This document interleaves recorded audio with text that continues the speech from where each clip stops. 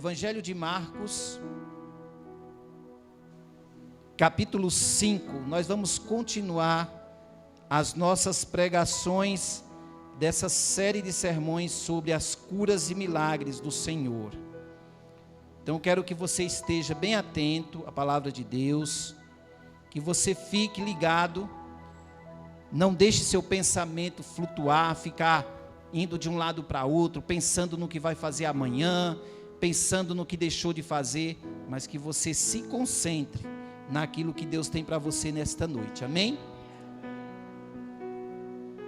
Evangelho de Marcos, capítulo 5, a partir do versículo 25, diz a palavra do Senhor: E certa mulher, que havia 12 anos, tinha um fluxo de sangue, e que havia padecido muito, com muitos médicos, e despendido tudo quanto tinha, nada lhe aproveitando isso, antes indo a pior. Ouvindo falar de Jesus, veio por detrás dele, entre a multidão, e tocou na sua vestimenta, porque dizia: se tão somente tocar nas suas vestes, sararei. E logo lhe secou a fonte do seu sangue, e sentiu no seu corpo estar já curada daquele mal.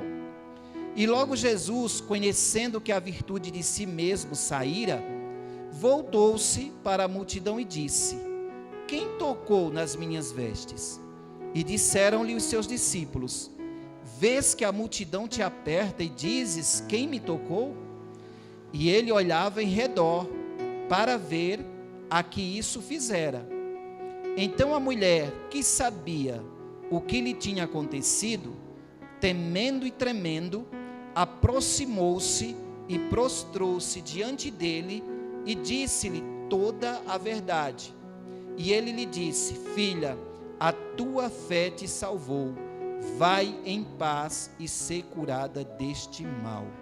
Amém? Vamos orar. Espírito de Deus, que nesta noite o Senhor tenha liberdade em nosso coração, que o Senhor opere nesta noite a cura necessária dentro de nós. Arranca de dentro de nós, Pai, toda a dureza do nosso coração, tudo aquilo que está cauterizado, tudo aquilo que tem, meu Pai, impedido durante anos, como na vida desta mulher, tem nos impedido de se aproximar, de dar o nosso melhor.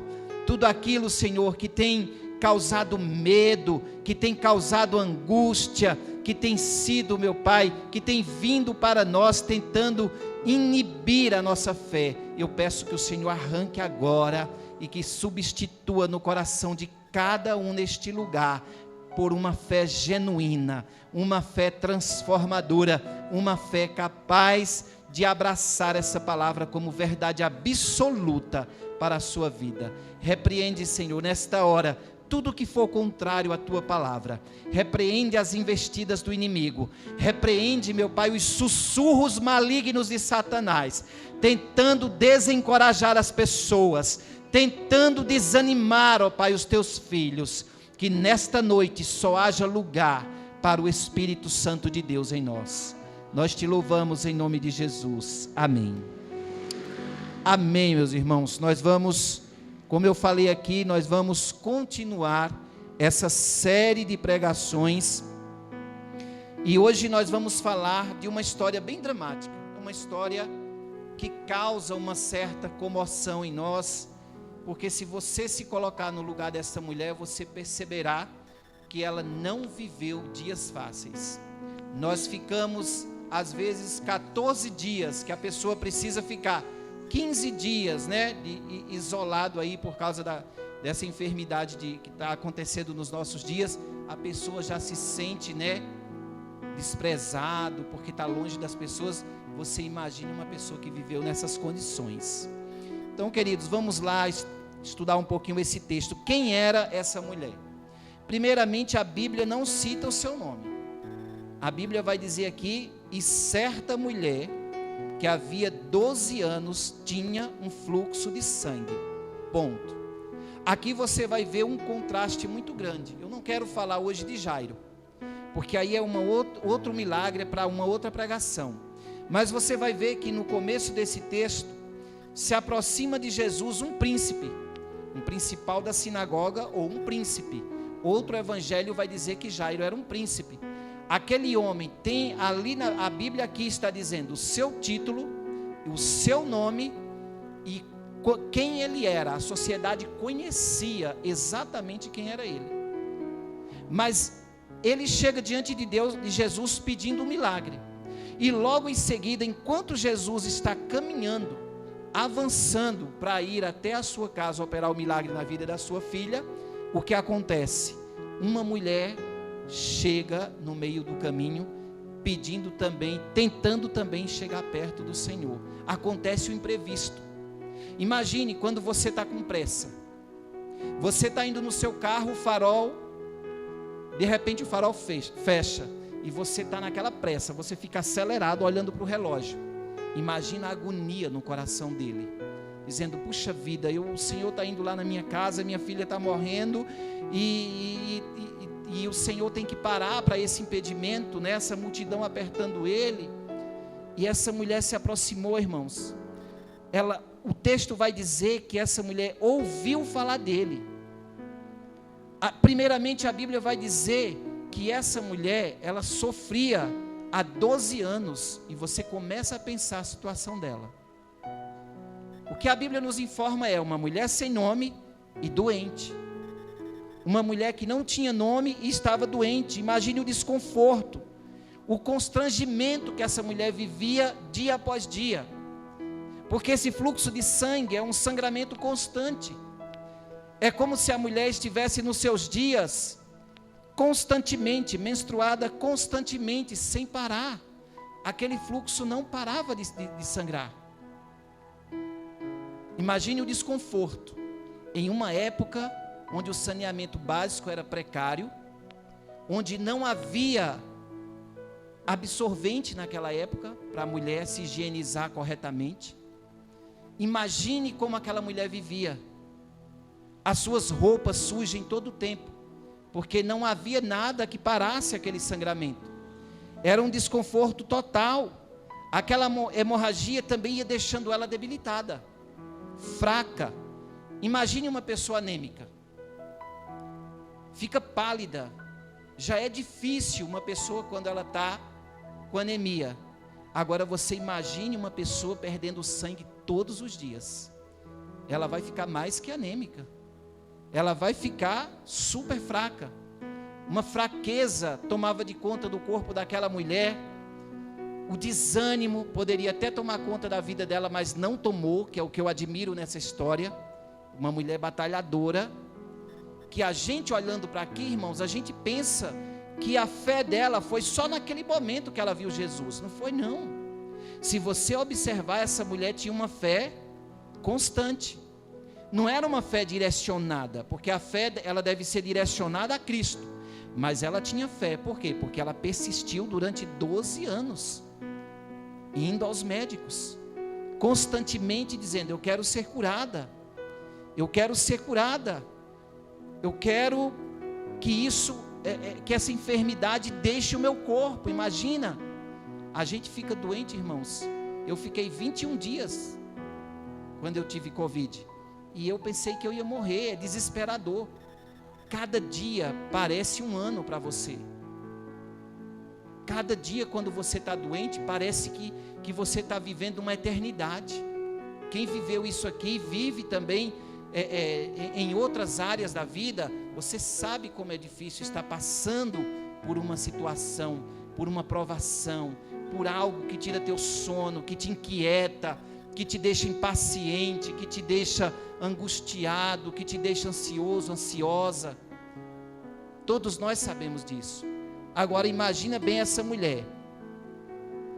Ela estava, irmãos, ali naquele lugar porque ela ouviu falar de Jesus.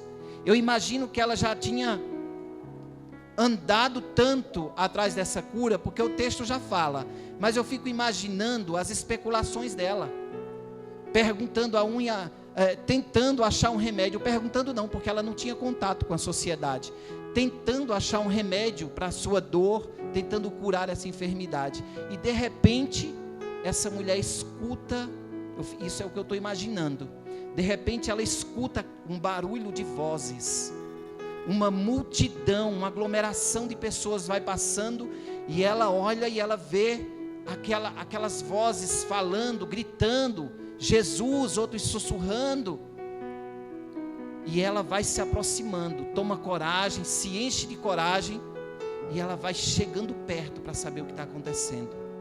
Ela vai sorrateiramente, coloca um pano na cabeça, isso é a minha imaginação, porque uma pessoa que tinha um fluxo de sangue, pela lei judaica, em Levíticos 15 vai falar isso, Levíticos 15, 19, fala que a mulher no seu fluxo, ela era considerada imunda por 7 dias, depois desses 7 dias, ela tinha que fazer todo um ritual de purificação, e se esse fluxo continuasse mais de 7 dias, ela era imunda durante todo o tempo que tivesse o fluxo. Então, essa mulher, ela estava isolada, essa mulher, ela estava sem contato nenhum com pessoas, era como um leproso, fora da sociedade. Imagine se essa mulher fosse casada, o desconforto, o casamento já havia acabado, 12 anos sem ter uma vida ativa, uma vida sexual ativa com seu esposo, de intimidade. E se essa mulher tinha filhos, a Bíblia não diz, era outro constrangimento, era uma outra dor, porque ela não podia tocar em ninguém, porque se ela tocasse em alguém, as pessoas em quem ela tocasse ficariam também imundas.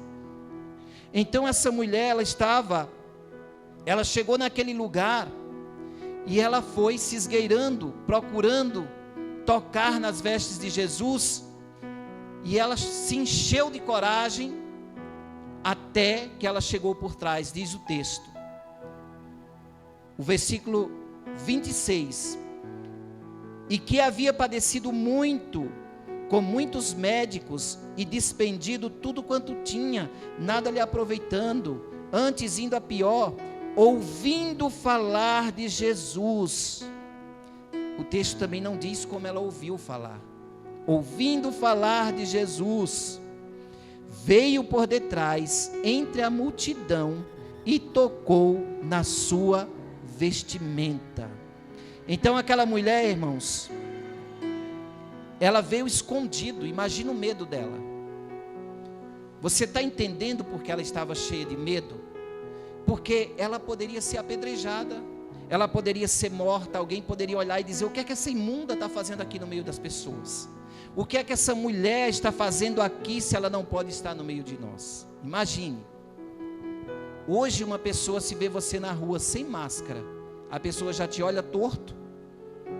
Imagine as pessoas como eram naquele tempo, em relação a alguém que estava separado da sociedade. E aquela mulher foi chegando de mansinho, e ela confiou, ela dizia no seu coração, se eu tocar nas vestes dele, eu serei curada. Amado, e aquele pensamento dela estava correto, aquele pensamento dela estava correto, porque Jesus é o médico dos médicos, Ele é capaz de curar corpo, alma e espírito. Jesus, ele não cura somente uma enfermidade. O presbítero Davi pregou no domingo aqui, e ele falou, de que adianta você ter o seu corpo curado de uma enfermidade, mas a sua alma não ser salva? É o que tem acontecido. Muitas pessoas querem a cura, querem ser curadas, mas não querem ser salvas, elas não querem andar com Jesus. Elas não querem dar um passo de fé. E aqui nós vimos que Isaías 61, versículo 1 e 2, vai falar qual foi o propósito pelo qual Jesus veio ao mundo. Jesus não veio ao mundo, temos falado muito isso aqui de domingo. Jesus, ele não veio, irmãos, para cá para ser aquele faz de tudo para nós. Eu estalo o dedo, ele me dá uma bênção. Preciso de dinheiro, ele dá dinheiro. Preciso de um trabalho, preciso disso, preciso daquilo. Não é esse Jesus utilitarista que a Bíblia prega. Nós estamos insistindo com você aquilo que a Bíblia prega, um Jesus que veio para libertar os cativos, um Jesus que veio para libertar os aflitos de coração, consolar os tristes de Sião. A palavra de Deus fala, Isaías 61, 1 e 2, o Espírito do Senhor Deus está sobre mim, porque o Senhor me ungiu para pregar boas novas aos mansos, enviou-me a restaurar os contritos de coração, proclamar liberdade aos cativos, abertura de prisão aos presos, a apregoar o ano aceitável do Senhor e o dia da vingança do nosso Deus, e a consolar todos os tristes. Amém? Todos os tristes, amado, não há tristeza que o Senhor não possa consolar. Se o teu coração está triste, como a irmã Michele falou nesta noite, entregue essa tristeza nas mãos daquele que pode sarar, daquele que pode curar. O profeta Isaías, muito antes de Jesus nascer, ele profetizou isso com tanta exatidão, com tanta precisão, que esse texto, ele se tornou tão vivo nos nossos dias, a palavra, que em Lucas capítulo 4, nós vimos essa profecia se cumprindo. O próprio Jesus, olha que interessante, essa profecia foi uma das profecias que se cumpriram, que já se cumpriram, e o próprio Jesus falou para o povo, olha, essa profecia se cumpriu hoje.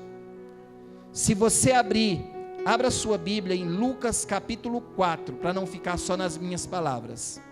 Se os meninos quiserem projetar aqui também, de repente alguém está sem Bíblia. Evangelho de Lucas capítulo 4, do versículo 14 ao 22.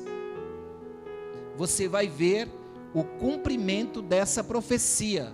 Olha o que diz o texto. Vou olhar aqui porque é bem maior para mim. Então, pelo poder do Espírito, voltou Jesus para a Galiléia, e a sua fama correu por todas as terras em redor. Pode continuar.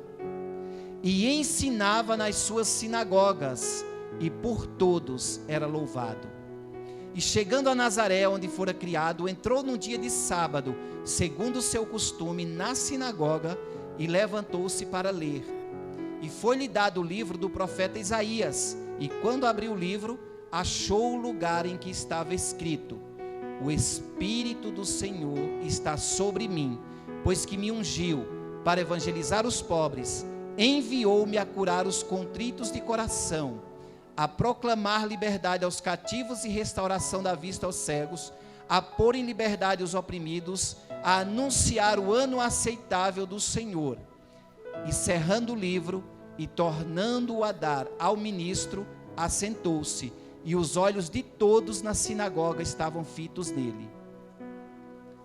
Então começou a dizer-lhes: hoje se cumpriu esta escritura em vossos ouvidos.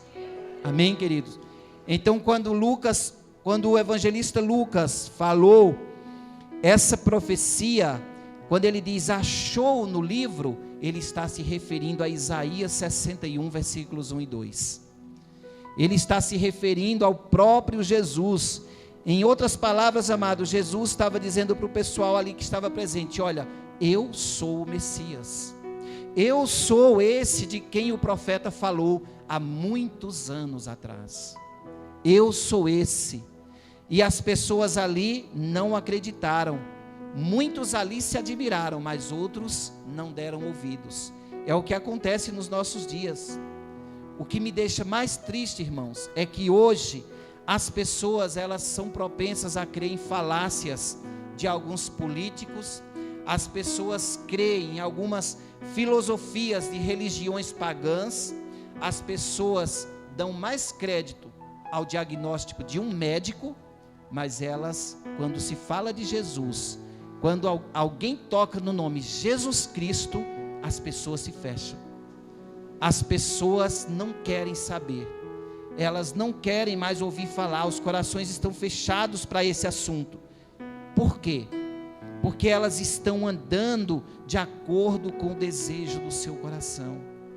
As pessoas entendem que as filosofias bonitas, elas até servem para massagear o seu ego, para dar um certo apoio a algo que a pessoa está vivendo. Olha, que legal, né? Eu vejo algumas declarações que as pessoas postam, né? Umas declarações assim, bem de vingança, né? Assim, no Face, no Zap, no Face.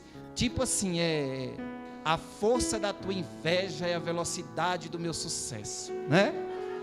Aí as pessoas dizem, está vendo? É isso mesmo, quanto mais inveja tem de mim, mais eu avanço, né?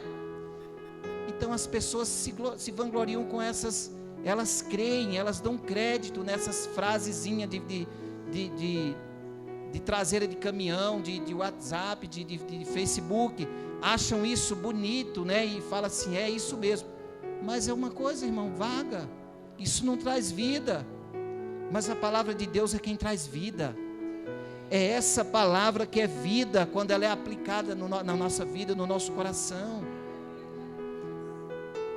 Enquanto e as pessoas que creem nessas coisas, irmãos, é cômodo, porque eu posso acreditar, posso apoiar essas filosofias, eu posso crer que eu posso ir numa certa religião, aprender certas práticas, mas isso não vai interferir em nada no comportamento, porque eu posso continuar vivendo como eu quero, eu abro a boca para falar o que eu quero, eu me visto como eu quero, entendeu? Então é aquela velha história, desde que não entre na minha vida e me deixe viver do jeito que eu quero, do jeito que me agrada, né? Do jeito que o meu coração se agrada, eu estou lá. Mas a partir do momento que a pessoa tem um encontro com Jesus, ela se depara com um problema que parece ser pequeno, mas é grande. É um problema sério, porque andar com Jesus exige mudança de vida. Andar com Jesus exige renúncia, exige ser bem parecido com Ele. E quem leva Jesus a sério não quer andar de qualquer jeito. Quem leva Jesus a sério vai querer levar da melhor forma possível, ainda que tropeçando, ainda que caindo e levantando, mas a pessoa vai querer andar de uma forma correta. Então é isso que muitas pessoas rejeitam, é por isso que muitas pessoas rejeitam esse Jesus. As pessoas elas não creem, elas não estão com o coração disposto para crer em algo que ainda não aconteceu, em algo que elas não podem ver. É uma geração Tomé, sabe? É uma geração que só acredita no que vê, no que toca, naquilo que é palpável. Essa geração que acredita no aqui e agora. Mas crer em Jesus exige paciência, porque você vai aplicar as palavras de Jesus no dia a dia. É quando você é afrontado que você sabe se você é crente, se você vai passar por cima da afronta, como é que você vai encarar a afronta, como é que você vai olhar no olho da pessoa que falou mal de você. Aí são os testes da vida. São esses testes que você fala, realmente agora eu sei se eu sou crente ou não. Eu não estou dizendo que você não vai ficar magoado, a gente fica. A crítica sempre magoa. Mas como é que você vai encarar isso? Como foi que Jesus encarou as críticas? É a primeira coisa que você tem que perguntar. Espera aí, como foi que Jesus encarou as críticas? Jesus passou por cima, irmãos. Jesus foi embora. Ele pregava a palavra de Deus, que é a verdade. Ele pregava a palavra e ia deixando essa palavra fazer morada, frutificar no coração das pessoas. Quem quer pegar, pega. Quem não quer pegar, opa, a fila anda. E Jesus ia andando. O desejo do Senhor, a palavra de Deus fala que o desejo de Cristo é a salvação de todo aquele que crê. Todo aquele que crê, ele será salvo. Mas, foi o que o presbítero Davi falou aqui, todo mundo vai ser salvo? Claro que não, porque nem todos creem. A palavra veio para todos. A salvação do Senhor, Ele oferece a todos, mas ela só é para aquele que crê, para aquele que põe em prática. Então, queridos, as pessoas, elas preferem andar atrás de gurus espirituais ou de médicos espirituais para dar um conselho para ela e dar um certo conforto para a alma dela, mas ela não quer andar com aquele que é a verdade. Muitas pessoas chegam à beira do caminho, mas elas não ficam. É como a parábola do semeador fala. Muitos ali, a semente foi lançada, e aqueles que estavam na beira do caminho ali, a semente que foi lançada na beira do caminho, as aves veio, né, e comeram. Ou seja, muita pessoa, ela está como aquela semente que foi lançada ali, rasa, ela está à beira do caminho, mas ela não permanece. As lutas, as dificuldades que vêm sucumbem, né? Tira o foco dela rapidamente. Então, muitas pessoas preferem isso do que acreditar na palavra de Deus, que é viva, que é transformadora. Muitas pessoas preferem crer na mentira para ter um bem-estar do que acreditar na verdade. Então, queridos, tem pessoas que elas preferem crer numa simpatia que as pessoas ensinam para ela, do que se você falar um versículo bíblico desse aqui, ela é mais fácil rejeitar um versículo bíblico desse aqui do que uma simpatia. Se você disser, pega uma faca, enfia no tronco da bananeira, espera não sei quantos dias, ou põe uma fita no teu braço e deixa ela até ela ficar fininha e quebrar, que vai acontecer um milagre na tua vida. As pessoas acreditam nisso. Outro dia uma companheira de serviço veio para mim e disse, Henrique, peraí, você é crente, por que você tem fita no braço? Eu falei, eu não posso usar uma pulseira? Isso aqui é uma pulseira, minha querida, de borracha, isso aqui não vai quebrar nunca, só se eu tesourar ela. Você acha que eu estou com superstição? Quem faz a obra na minha vida é o Senhor.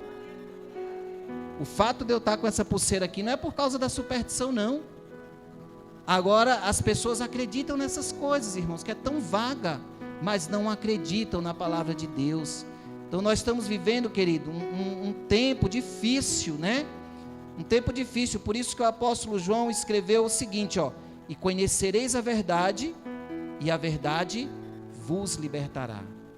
A verdade que é Cristo nos liberta dessas mentiras, liberta dessas mentiraiada toda de ficar fazendo simpatia, ficar pulando fogueira, pular 7 ondas para 2021 ser bom. Pula 7 ondas aí, pode pular 1000 ondas. Se você não estiver andando com o Senhor Jesus ali, se você não estiver firmado no caminho do Senhor, você vai sucumbir às dificuldades.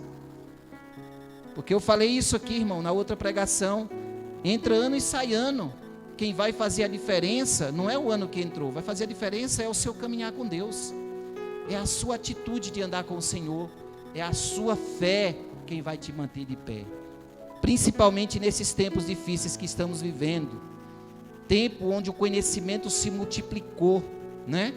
Nunca vi um tempo onde a tecnologia abundou tanto, nós temos tanta tecnologia, o conhecimento se multiplicou tanto, mas as pessoas parece que continuam ainda anestesiadas, apesar de tanto conhecimento. Gente, conversa com uma pessoa hoje, eu ia falar com um jovem ou um adolescente, com qualquer pessoa, não vou dizer todos, né? Todos, mas conversa principalmente com essa geração mais jovem, conversa com eles agora para você ver, o que é que fala, qual é o assunto? É Free Fire, é Call of Duty, é Among Us, é não sei o que, sabe? É só esse tipo de coisa, é uma coisa vaga. Você vai falar de coisa séria. Hoje mesmo, por exemplo, se eu não estou enganado, hoje foi a prova do Enem, né? Quantos jovens estão correndo atrás para fazer essa prova? Entendeu? Quantos estão preocupados de dizer, eu vou fazer essa prova porque eu quero fazer uma faculdade? Querido, deixa eu falar uma coisa para você. Por mais que os tempos estejam difíceis, continue sonhando. Continue acreditando que Deus tem o melhor para aquele que é fiel, para aquele que crê.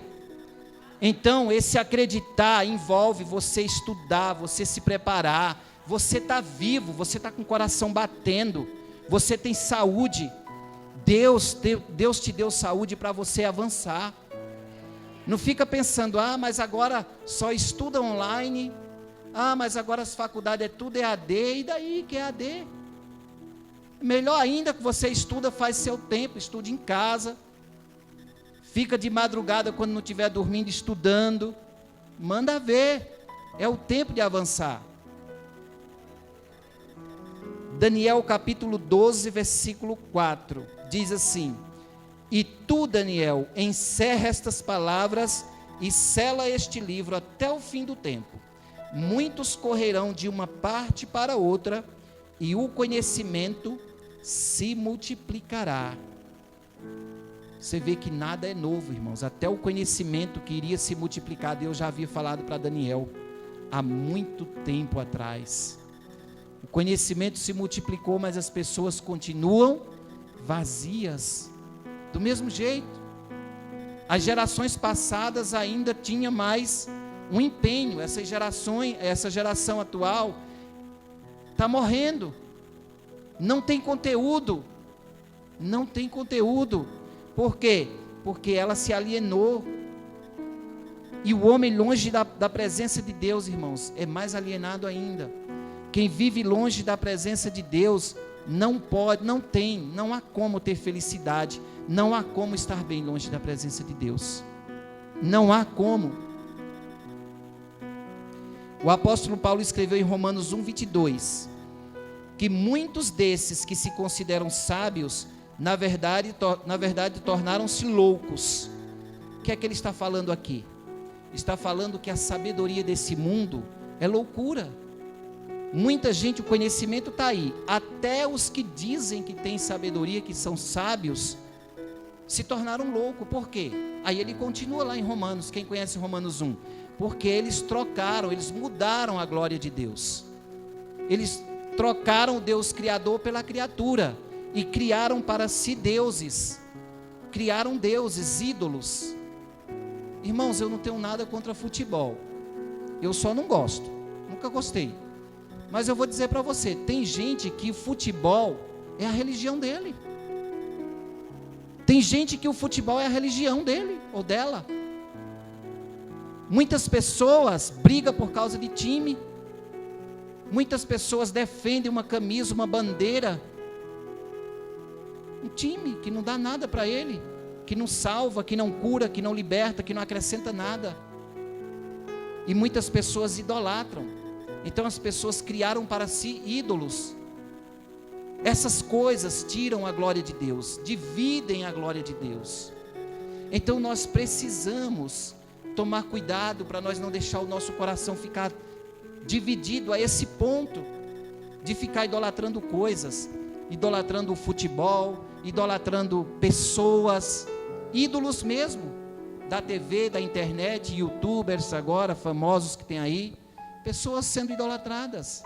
Às vezes a pessoa idolatrando a si mesma, seu próprio corpo, a vaidade exacerbada, tomando de conta, e a pessoa vai deixando a vida passar, só iludida com essas coisas, e a fé dela cada vez mais naufragando. É por isso que a igreja tem que tomar posição. É por isso que a igreja tem que começar como começou hoje. Como a Michele chegou aqui e falou, vamos levantar um clamor, e a igreja começar já a clamar.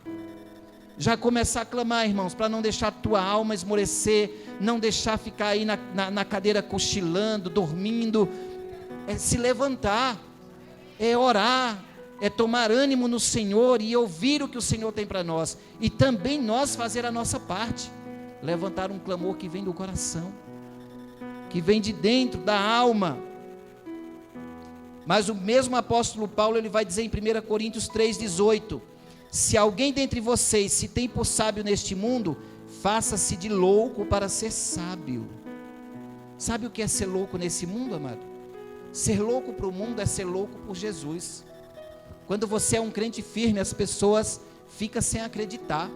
Eu assisti um filme essa semana, eu chorei tanto, eu sou muito mole para chorar. O personagem da Bíblia que eu me identifico, acho que é Jeremias, porque qualquer coisa eu estou chorando. E eu chorei tanto que eu soluçava de olhar para aquela mulher, e a fé firme daquela mulher, vivendo no meio de uma perseguição, ela fugindo de lugar para lugar, e ela falou uma coisa muito importante. Os comunistas, olhando para ela, falaram para ela assim, eu não entendo porque é que vocês morrem por causa desse Jesus. Ela falou assim, se eu falar para você, você não vai entender, porque vocês não sabem o que é fé. E aquela mulher era torturada constantemente.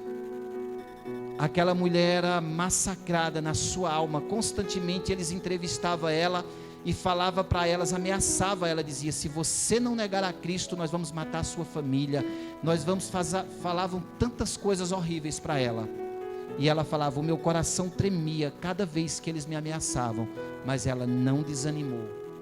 Ela falou, eles chegaram para ela e trabalharam no psicológico dela, desde os 13 anos que essa menina servia a Jesus. E como lá na China eles não têm Bíblia, não tem uma Bíblia completa, hoje eu não sei como está, mas eu creio que não, que lá é totalmente fechado para o Evangelho.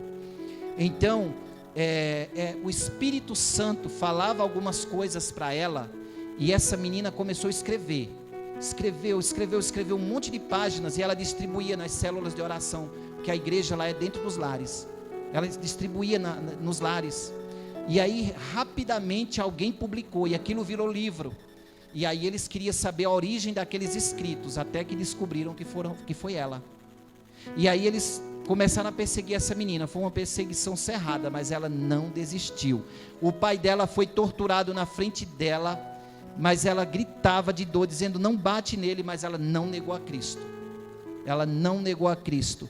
E no final, quando ela já estava abatida, depois de tantos anos de sofrimento, eles chegaram para ela e falaram assim: por que você insiste com isso?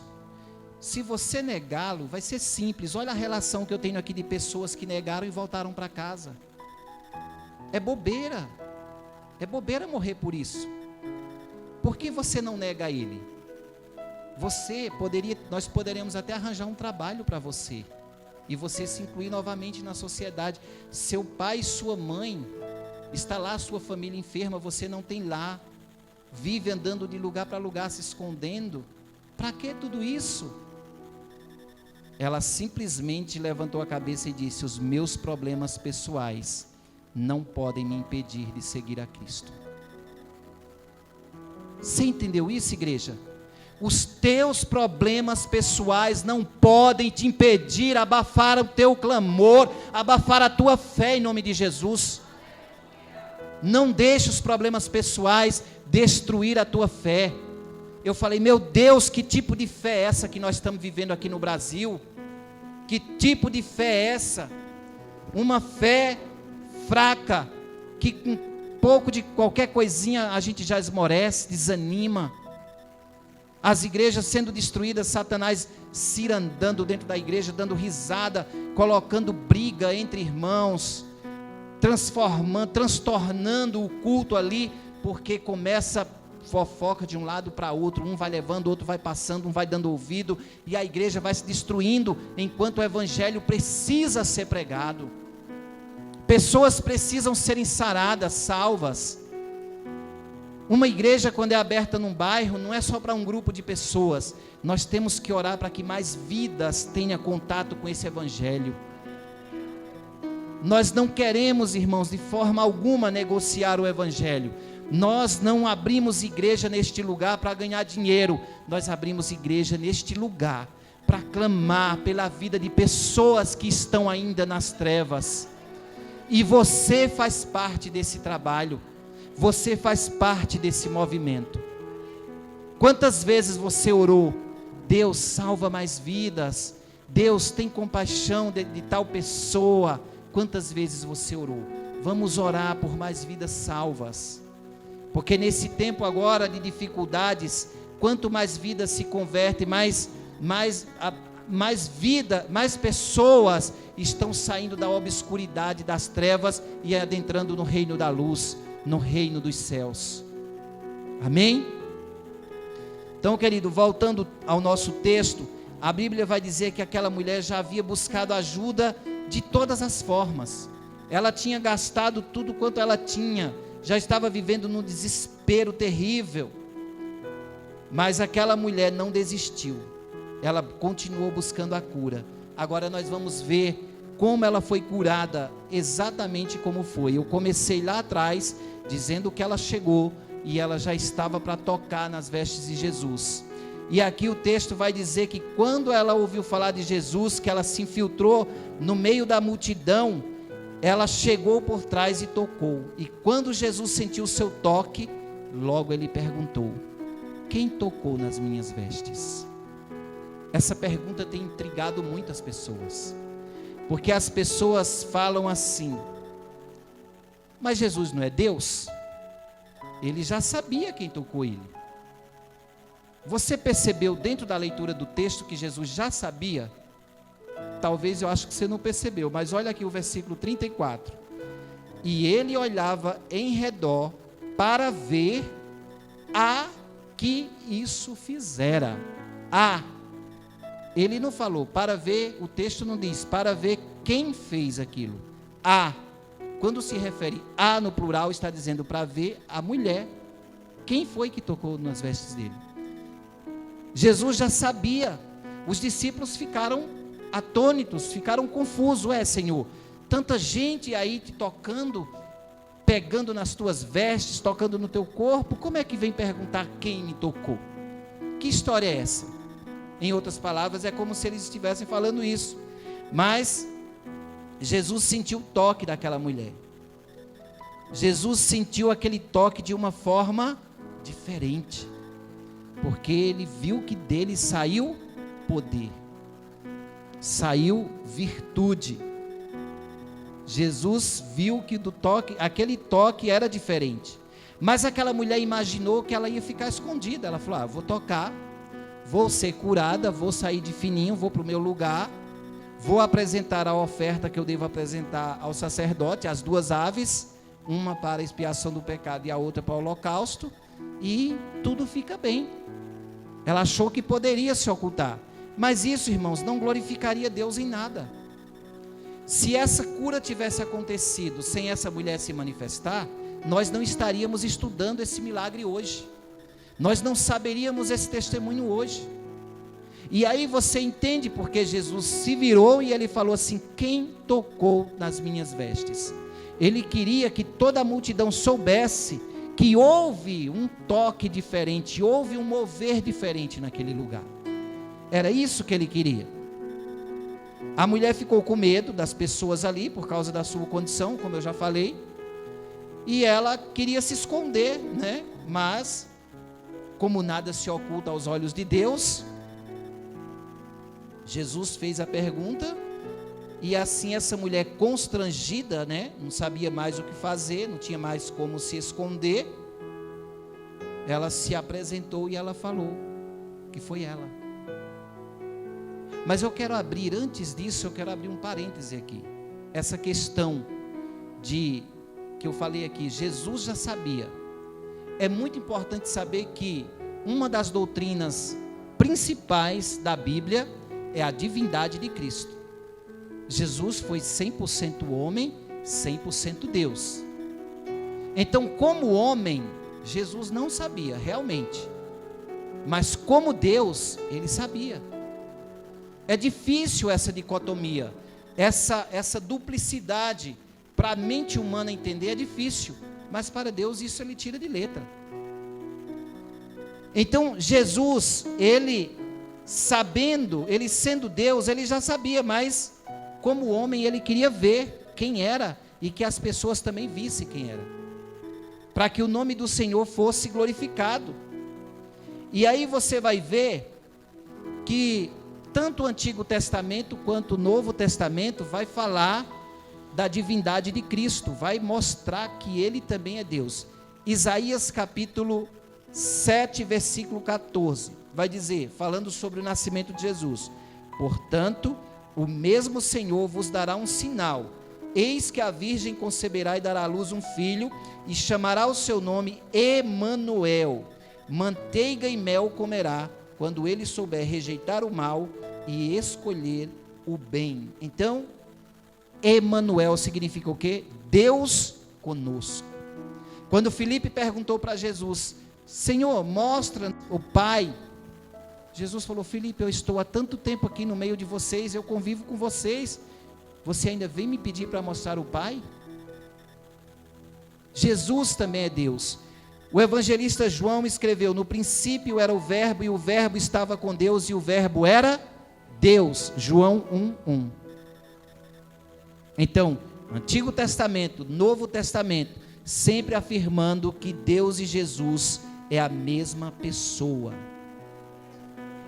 É por isso que naquele momento Jesus queria que a mulher se manifestasse. Agora, propriamente dito, vamos ver como foi que ela se apresentou diante dele. Ela ficou constrangida com o olhar das pessoas, porque Jesus não só gritou: quem me tocou? Quem tocou minhas vestes?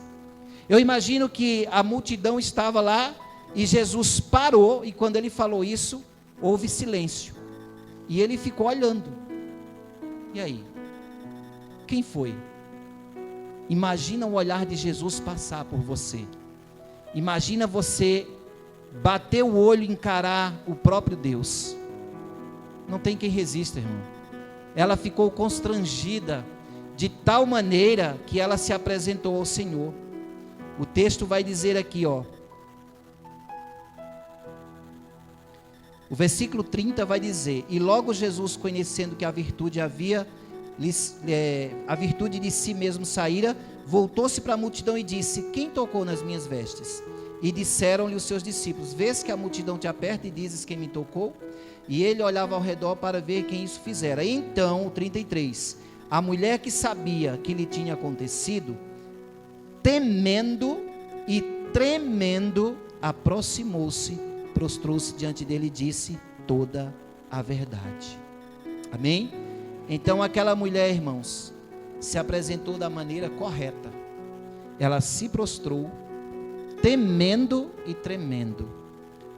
A palavra de Deus fala, o apóstolo Paulo, quando escrevia aos Filipenses, ele falou: desenvolvei a vossa salvação com temor e tremor. Foi o que aquela mulher fez. Ela estava tremendo, mas ao mesmo tempo ela temia. Ela tinha respeito, reverência, porque ela sabia que estava diante de um Deus poderoso. E ela mesma era prova daquilo, porque diz o texto que imediatamente quando ela tocou, o fluxo de sangue sarou. Amém? Imediatamente o fluxo sarou. E então aquela mulher se aproximou com temor e tremor, reverenciando ele. Aliás, irmãos, eu quero abrir um parêntese para dizer para você que o medo, muitas vezes, ele nos paralisa. O medo, muitas vezes, o medo até natural, mas o medo, ele não pode nos paralisar. O medo, em certo sentido, é bom porque ele nos livra de situações embaraçosas. Pessoas que não têm medo de nada também caem mais fácil em armadilhas, não é? Então, a palavra de Deus fala para nós ser o quê? Prudentes como as serpentes e simples como as pombas. Ao mesmo tempo, ter essa duplicidade. Uma pessoa mansa, mas ao mesmo tempo uma pessoa que ela não é afoita. Ela tem um certo medo, ela sabe, ela olha antes de colocar seu pé em algum lugar. Isso é importante. Mas nós temos que saber controlar esse medo. Aliás, quero até corrigir minha fala. Não é saber controlar esse medo, é orar e pedir a Deus: Deus, me ajuda para que o medo não me paralise. Porque ninguém controla o medo. Ninguém é capaz de controlar o medo.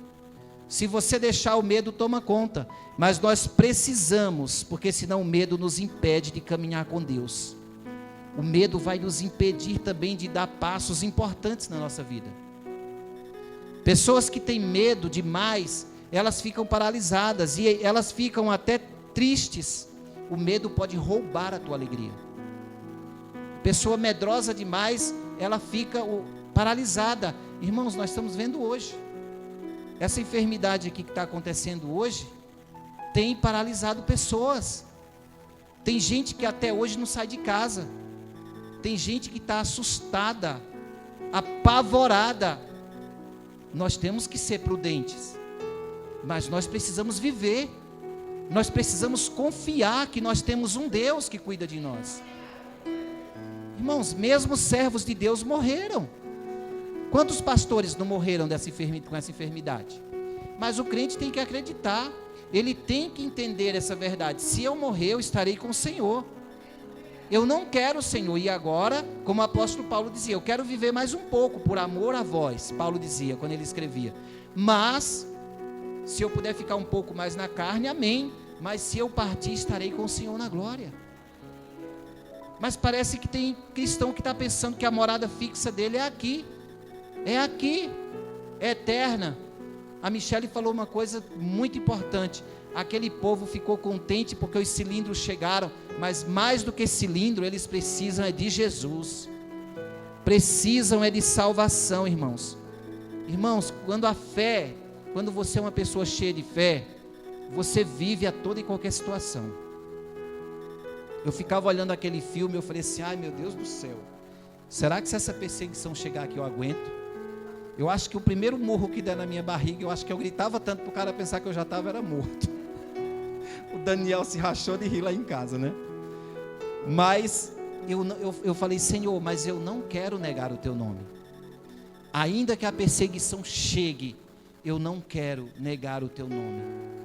Irmãos, então você percebe que nós estamos caminhando.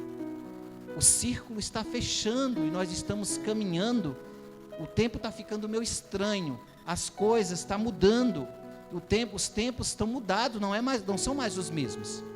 Cada vez que os anos estão avançando, mais coisas estão aparecendo, mais enfermidades. Essa enfermidade ela está tendo mutações. Então nós não sabemos o que não nos espera. É a fé em Cristo Jesus que vai nos manter de pé. É a fé em Jesus que vai nos fazer caminhar, porque a fé nos impulsiona a prosseguir, mesmo quando as coisas parecem não estar dando certo na tua vida. Escute isso: a fé nos impulsiona a caminhar, mesmo quando as coisas parecem que não estão dando certo. Você olha e fala assim: não, eu acho que eu não tenho mais fé, porque está tudo difícil, Senhor. Quanto mais eu creio, mais as coisas são contrárias. Aí é que está a prova da nossa fé, é resistir a tudo isso, é saber esperar em Cristo, é saber esperar e acreditar que Cristo está caminhando conosco, Ele está atuando por nós, Ele está batalhando por nós. Aquela jovem, eu falei assim: como é que, eu assistindo o filme, que essa história é baseada numa história real, como é que esses anos todos eles mataram um monte de gente, torturaram ela, mas não mataram? Por quê? De vez em quando ela parava no meio da tortura, quando parecia que ela não ia aguentar, e ela começou a ter um problema de coração. Então tinha hora quando ela estava na prisão e as outras presidiárias começavam a pressionar ela se encostava na parede, ela colocava a mão no coração e ela dizia: Senhor, me dá força para continuar. Senhor, me dá força para continuar. E a fé dela não esmoreceu. E é isso que nós temos que fazer, irmãos: pedir: Senhor, me dá força para que eu creia, porque Jesus falou, irmãos, antes dele ressuscitar, ele conversando com os discípulos, ele falou: eis que estou convosco todos os dias, e eis que eu estou convosco todos os dias. O Senhor está presente, o Senhor está com você e comigo, em toda e qualquer situação. Foi esse tipo de fé que Jesus contemplou naquela mulher, foi essa fé que Jesus viu, uma certeza de que ela demonstrou que seria curada, não somente a sua enfermidade física, mas também a sua alma. Por isso que Jesus respondeu aqui, filha, versículo 34, e ele lhe disse: filha, a tua fé te salvou, vai em paz e ser curada deste teu mal. Amém? Então, queridos, Jesus declarou isso por quê? Porque Jesus sabia que a doença dela estava relacionada também com o pecado. Há enfermidades que estão relacionadas com o pecado. Então ele não falou, se você observar, ele não falou: filha, vai em paz que você foi curada desse teu mal. Ele falou assim: a tua fé te salvou. E muitas pessoas pensam que a fé é uma fé em si mesma. Não, a tua fé em mim, Jesus quis dizer, a tua fé em mim, o acreditar que eu poderia fazer isso na tua vida, te salvou. E aquela mulher foi curada daquele mal. Então, queridos, para finalizar, que lições nós podemos tirar daqui desse texto? Que lições nós aprendemos com essa mulher do fluxo de sangue? A primeira delas, que não basta apenas ouvir falar de Jesus, é necessário ir até Ele. É necessário dar um passo, 2 passos, se necessário, até 3, mas eu vou até ele. Aquela mulher poderia ter ficado de longe, simplesmente. Ela poderia ter desanimado e dizer assim: já tentei tantos médicos. Pense aí, irmão, quantos de nós não teria desistido no primeiro diagnóstico? Às vezes, a pessoa está tão focada na doença que, dependendo do que o médico fala, a pessoa fica pior. A pessoa morre mais cedo. A pessoa desiste. Essa mulher já tinha passado em 12 médicos. 12. Aliás, 12 não, foram 12 anos. Eu estou até equivocado. 12 médicos não. 12 anos, não fala a quantidade de médicos, me perdoe. É 12 anos. Nesses 12 anos, ela passou inúmeras vezes por diversos médicos, sem desanimar, sem desistir. Segunda lição: não basta afirmar que somos seguidores de Jesus, nós devemos tocar o seu coração por meio da nossa fé. Será que você tem uma fé que toca o coração de Jesus? Sabe, irmãos, muitas vezes o inimigo tem soprado no teu ouvido e no meu, dizendo: olha, essa situação não vai melhorar. Olha, esse problema do teu filho e da tua filha só vai piorar. Olha, esse problema no teu casamento, isso aí, ó, vai de mal a pior. E você tem acreditado. Não acredite nisso. Acredite naquilo que Jesus tem falado para você, que Ele está com você todos os dias, que Ele é o Senhor de todas as coisas. Tudo está em suas mãos. Tudo está em suas mãos. Então, não basta você afirmar que é um seguidor de Cristo, devemos tocar seu coração por meio da nossa fé.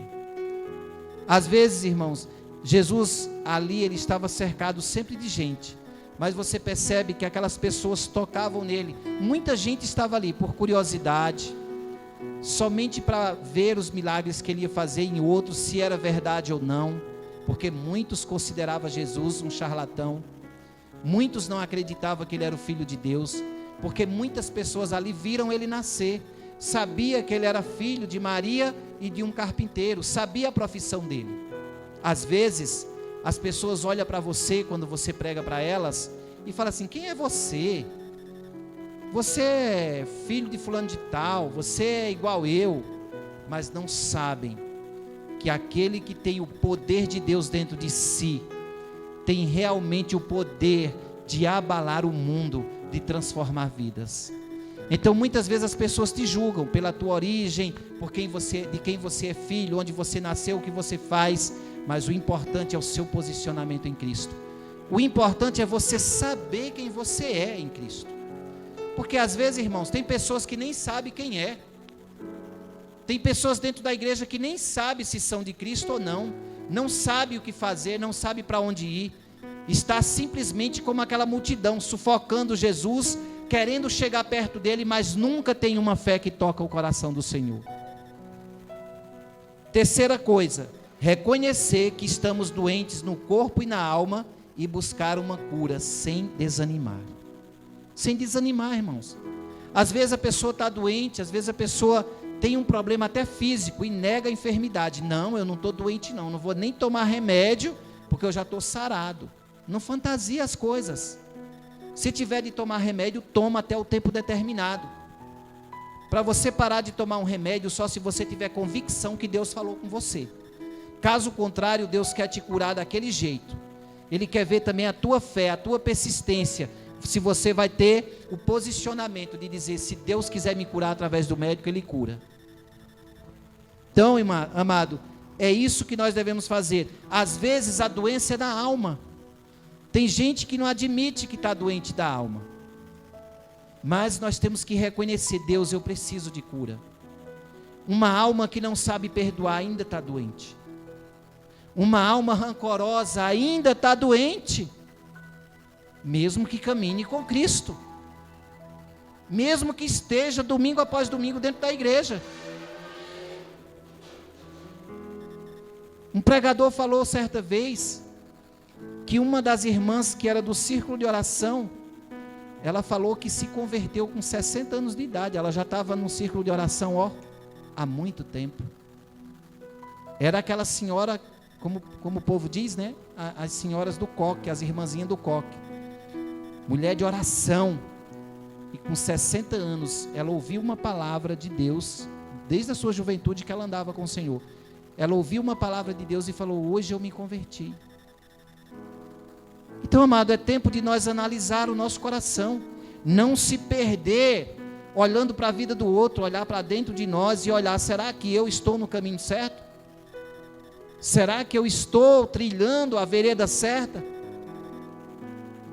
Então, se tem esse tipo de doença, de enfermidade na tua alma, reconhece, confessa ao Senhor, diz: Senhor, eu sou doente nessa área, sara. O meu ciúme é exagerado, sara. Porque tem pessoas que têm todo tipo de enfermidade.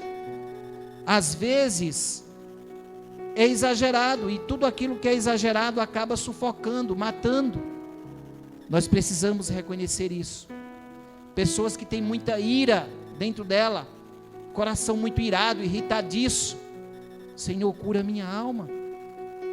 Pessoas que têm problema com mentira, cura minha alma, Senhor. Eu tenho problema com imoralidade sexual. Se a pessoa tiver, confessa isso: eu tenho problema com imoralidade sexual. Entenda, não vão fazer confusão e dizer que é eu que tenho esse problema, tá? Eu estou dizendo um exemplo. Porque às vezes a pessoa: nossa, o pastor tem problema com imoralidade sexual. Eu estou dizendo, se a pessoa tem esse tipo de problema, diga: eu tenho, Senhor, me liberta, em nome de Jesus. Às vezes as pessoas têm medo de enxergar quem elas são. Senhor, eu sou frio espiritualmente, eu sou raso demais, eu nunca me aprofundo, eu tenho preguiça de orar, eu tenho preguiça de avançar. Fala para Deus que isso é doença da alma. Conversa com o Senhor nesta noite. O grande mal do século, querido, continua sendo o pecado, e o único que pode combater esse mal é Cristo. O único que pode combater esse mal é Cristo. As pessoas têm dito que o mal do século é depressão. Não é não, continua sendo pecado, porque muitas pessoas estão morrendo no pecado e elas não sabem por que estão morrendo, porque elas nem sabem o que é pecado.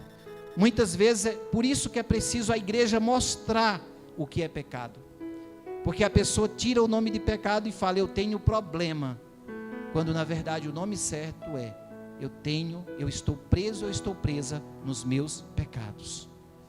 E só quem sabe o que é pecado é quem também já viveu sufocado por ele e foi liberto pelo sangue de Jesus. Nós ainda pecamos, mas nós somos agora lavados, nós somos agora sarados pelo sangue de Cristo, porque nós estamos nos braços daquele que venceu o pecado e a morte. Amém? Apocalipse 1:18, põe para nós aí, por favor. Apocalipse 1:18. Querido, eu quero perguntar para você: quem foi o líder religioso que foi capaz de dizer isso? Que ele venceu a morte e o inferno? Nenhum. Agora Jesus vai dizer isso: e o que vivo e fui morto, mas eis aqui estou, vivo para todo sempre, amém? E tenho as chaves da morte e do inferno, amém? É nas mãos desse que você está, é nas mãos dele que nós estamos, querido. É por isso que nós temos que ter uma fé que impacte o coração do Senhor. Quando ele diz que tem a chave da morte e do inferno, ele está afirmando a sua autoridade. Só ele tem toda a autoridade. E essa autoridade, querido, é sobre a morte e o inferno, porque no julgamento final, a morte e o inferno serão lançados no grande lago de fogo. E o falso profeta, ele fala que a morte é o único inimigo a ser vencido, mas Jesus já venceu a morte. E quando ele venceu a morte? Quando ele ressuscitou. Jesus foi o único que ressuscitou. Ele disse: eu estou vivo. Outras pessoas ressuscitaram. Lázaro ressuscitou, mas Lázaro morreu novamente. Mas Jesus ressuscitou para nunca mais morrer. Amém? A história dessa mulher nos ensina mais, que a fé é o instrumento para a manifestação do poder de Deus. A fé é um instrumento para a manifestação do poder de Deus. Sem fé, você não agrada a Deus e nem vai impactar a vida de ninguém. É necessário ter fé. É necessário ter fé para que você avance e outras pessoas avancem. Hebreus 12, 1 e 2 vai dizer: portanto, nós, pois que estamos rodeados de tão grande nuvem de testemunhas, deixemos todo o embaraço e o pecado que tão de perto nos rodeia, corramos com paciência a carreira que nos está proposta, olhando para Jesus, autor e consumador da fé, o qual, pelo gozo que lhe estava proposto, suportou a cruz, desprezando a afronta, e assentou-se à destra do trono de Deus. Amém? Querido, despreza as afrontas. Despreza as afrontas que você tem sofrido. Jesus é maior na tua vida. Jesus desprezou a humilhação, ele desprezou tudo que veio para tentá-lo tirar do seu foco. Você tem um foco? Se você tem foco, não deixe nada roubar o teu foco. Não deixe o inimigo dizer que não há salvação, que não há cura, que não há milagre para a tua casa, porque Deus tem tudo isso e muito mais para você. Jesus tem tudo isso e muito mais. E por último, a nossa fé precisa ser testemunhada. É o testemunho, amado. O testemunho, nosso testemunho é muito importante para você encorajar outra pessoa. Quantas pessoas, por que é que o evangelho cresce na China? Porque lá não tem essa de pessoas gritar, fazer barulho, levantar a mão e tudo mais, não. Eles oram a Deus ali na sala, quietinho, para que o governo não veja. O evangelho vai se espalhando, as pessoas dão a vida, elas falam: eu morro, mas eu não nego a Cristo. Cada pessoa que morre é um testemunho para outras e fala: se aquela pessoa morreu, vale a pena seguir esse Cristo. Vale a pena. Por quê? Porque que fé é essa? Que aquela pessoa vivia alegre, vivia cantando, e toda a perseguição não fez ela desanimar. Vale a pena, então eu quero. Porque as pessoas estão sufocadas por um sistema de governo que controla elas. E a moça, e quando disseram para aquela moça lá no filme, disse assim: você pode ser livre. Ela disse: eu sou livre.